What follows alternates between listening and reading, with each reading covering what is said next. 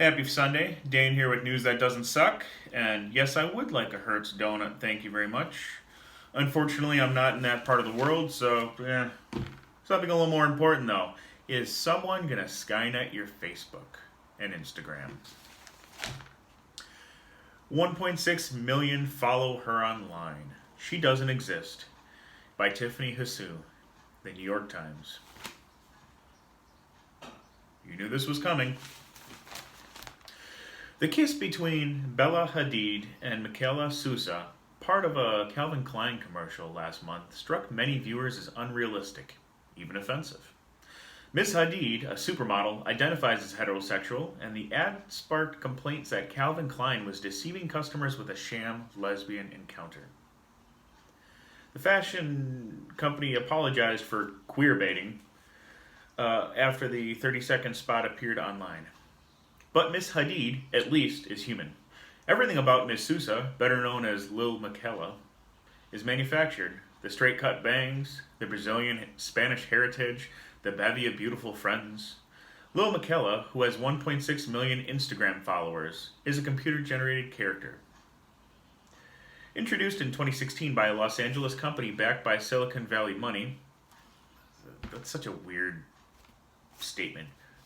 Backed by Silicon Valley money. She belongs to a growing cadre of social media marketers known as virtual influencers. Each month, more than 80,000 people stream Lil Miquela's songs on Spotify. She has worked with the Italian fashion label Prada, given interviews from Coachella, and launched a tattoo designed by an artist who inked Miley Cyrus.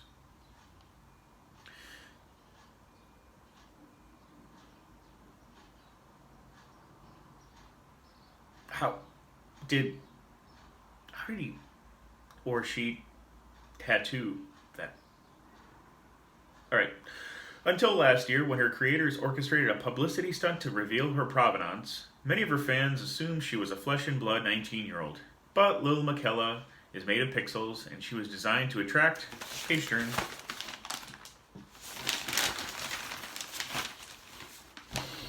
follows and likes. Her success has raised a question for companies hoping to connect with consumers who increasingly spend their leisure time online. Why hire a celebrity, a supermodel, or even a social media influencer to market your product when you can create an ideal brand ambassador from scratch? That's what the fashion label Balmain did last year when it commissioned the British artist Cameron James Wilson to design a diverse mix of digital models, including a white woman, a black woman, and an Asian woman. Other companies have followed Ballman's lead. Human simulations have existed for years. They have dealt cards in Las Vegas, made music in the band Gorillaz, and lived an approximation of real life in the Sims video game. Shout out to Gorillaz. I'm happy. I'm feeling glad. Oh hey, by the way, this is not a good time for you to go and kill your Sims. Don't take it out on them. But lately they have become more realistic and more engaging. Fable Studios, which bills itself as the Virtual Beings Company, created Lucy, a cartoonish character able to read and respond to viewers' reactions in real time. The company says it makes digital creations with whom you can build a two-way emotional relationship. All right. Xinhua, the Chinese government's media outlet, introduced a virtual news anchor last year, saying it can work 24 hours a day. They would do that. Props, China. Coca-Cola and Louis Vuitton have used video game characters in ads. Soul Machines, a company founded by the Oscar-winning animator Mark Sager, produce computer-generated teachers that respond to human students. Last month, YouPorn got in on the trend with Jetty Vales, an avatar who promotes the site. Edward Sachi, who started Fable, predicted that virtual beings would someday supplant digital home assistants and computer operating systems from companies like Amazon and Google. Eventually, it'll be clear that the line between a Michaela and an Alexa is actually very slim, he said. Virtual influencers come with an advantage for the companies that use them. They are less regulated than their human counterparts, and the people controlling them aren't required to disclose their presence. I am a human. I am not a robot.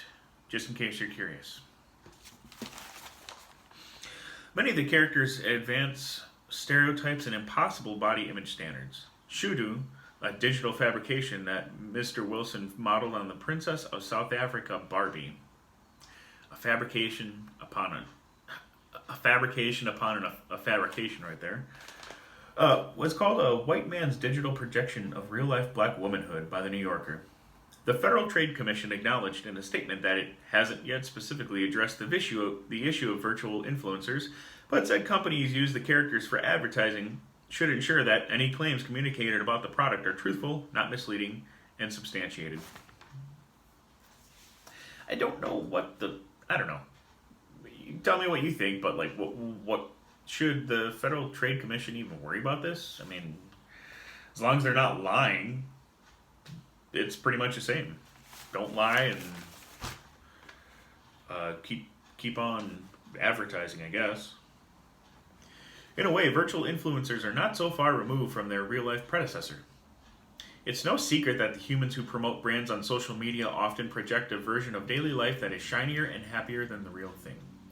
But when a brand ambassador's very existence is questionable, especially in an environment studded with deceptive deepfakes, bots, and fraud, what happens to the old virtue of truth in advertising? Again, don't lie. It'll be okay. Brian Gold, the chief executive of #Paid, which connects influencers to companies, said virtual influencers could lead companies into a dangerous area, adding, how can consumers trust the message being put out there? That's funny. He would say that because unless he's selling that advertising space, I mean, missing out on money, why would he not say that? But the concerns faced by human influencers, maintaining a camera-ready appearance and dealing with online trolls while keeping sponsors happy, do not apply to beings who never have an off day.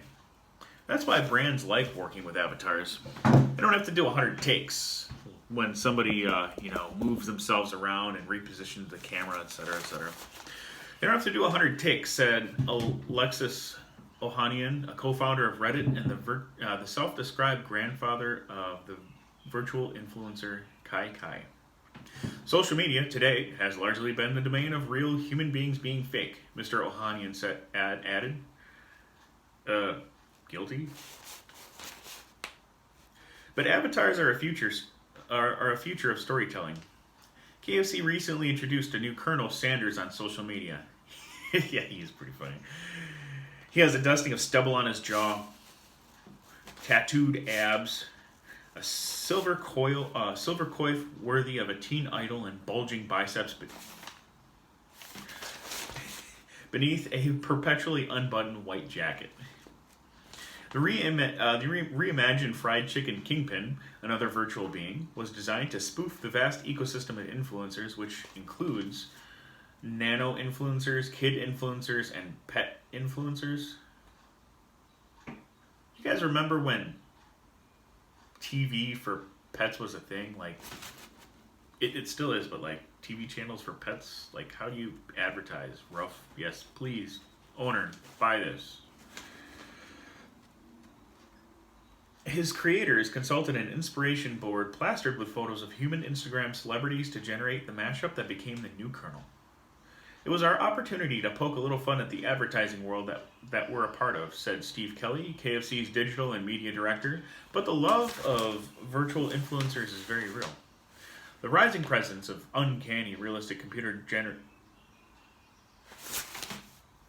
Alright, so I kind of tell stories a little bit as what I'm doing right now.